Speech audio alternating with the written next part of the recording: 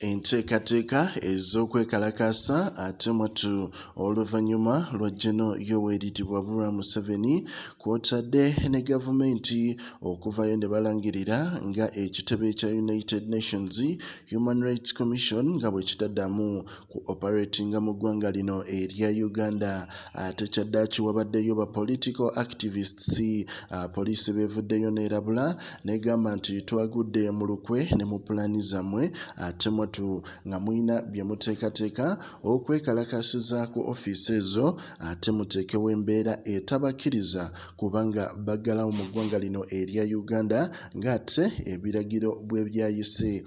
Poliisi evuddeyo mu bukambwe bw'ekitalo n'egamba nti ate mwesonyiwe ensonga ez'okwekalakaasa kubanga mugenda funira ddala obuzibu, tetugenda kuganya muntu n'omu kwekalakaasa era nga mukimanyi ate nga bulijjo poliisi bwekola emirimu gyayo ku nsonga ng'ez'abantu nga bano abantu ababa basumuludde naddala okuteeka embeera nga balina cause gye bagezaako okwopozinga.